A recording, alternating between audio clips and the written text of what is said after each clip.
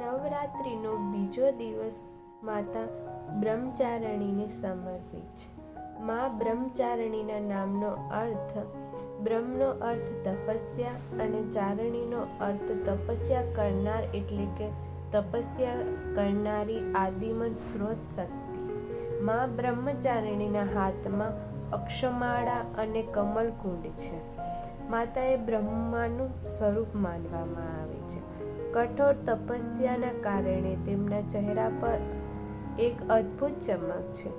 નવરાત્રિના બીજા દિવસે માતા કૃષ્ણમાંડા સ્વરૂપની પૂજા અને વ્રત રાખવાથી યોગ્ય વિધિઓ સાથે વ્યક્તિને જીવનની બધી મુશ્કેલીઓમાંથી મુક્તિ મળે છે અને દરેક કાર્યમાં સફળતાઓનો માર્ગ ખુલે છે.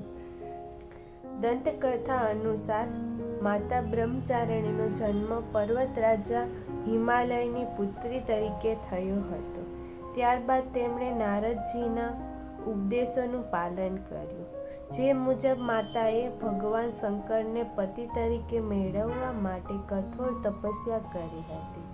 આ કઠિન તપસ્યાને કારણે તેમની બ્રહ્મચારિણી તરીકે જાણીતી થઈ.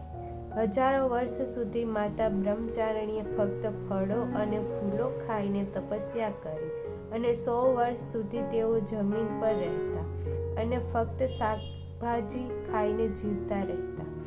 તેણીએ થોડા દિવસો માટે કડક ઉપવાસ રાખવા અને ખુલ્લા આકાશ નીચે વરસાદ અને તડકાની ભારે મુશ્કેલીઓ સહન કરી. ઘણા વર્ષો સુધી તેણીએ તૂટેલા બિલીપત્ર ખાધા અને ભગવાન શિવની પૂજા કરી. આ પછી માતા બ્રહ્મચારિણીએ સૂકા બિલીપત્ર ખાવાનું પણ બંધ કરી દીધું. તેઓએ વર્ષો સુધી પાણી અને ખોરાક વિના રહીને તપસ્યાઓ ચાલુ રાખી. કઠિન તપસ્યાના કારણે માતા બ્રહ્મચારિણીનું શરીર ખૂબ જ નબળું પડી ગયું. માતાના મોંના ખૂબ જ દુઃખ જોઈ થઈ ગઈ અને તેમને આ મુશ્કેલ તપસ્યાઓમાંથી દૂર કરવા માટે બોલાવ્યા. ત્યારથી દેવી બ્રહ્મચારિણીનું નામ ઉમા પડ્યું. તેમની આ તપસ્યાના કારણે ત્રણેય લોકમાં અજાગતા ફેલાઈ ગઈ. દેવતાઓ, ઋષિઓ, સિદ્ધો, ઋષિઓ બધા દેવી બ્રહ્મચારિણીના આ તપસ્યાના વખાણ કરવા લાગ્યા.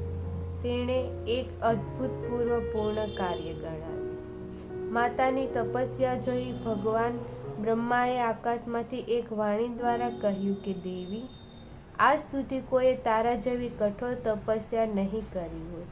તારા કાર્યને સર્વત્ર પ્રશંસા થઈ રહી છે. તારી ઈચ્છા ચોક્કસ પૂર્ણ થશે. ટૂંક સમયમાં તને ભગવાન ચંદ્રમૌલિક શિવજી તમારા પતિ તરીકે પ્રાપ્ત થશે. હવે તમારે તપસ્યા બંધ કરી ઘરે પાછા ફરવું જોઈએ. ટૂંક સમયમાં તમારા પિતા તમને બોલાવવા આવશે. આ પછી માતા ઘરે પાછી ફરી અને થોડા દિવસો પછી બ્રહ્માના લખાણો અનુસાર તેમના લગ્ન મહાદેવ શિવ સાથે થયા. જો તમને આ વિડીયો પસંદ આવ્યો હોય તો લાઈક, શેર અને સબસ્ક્રાઈબ જરૂર કરી દેજો.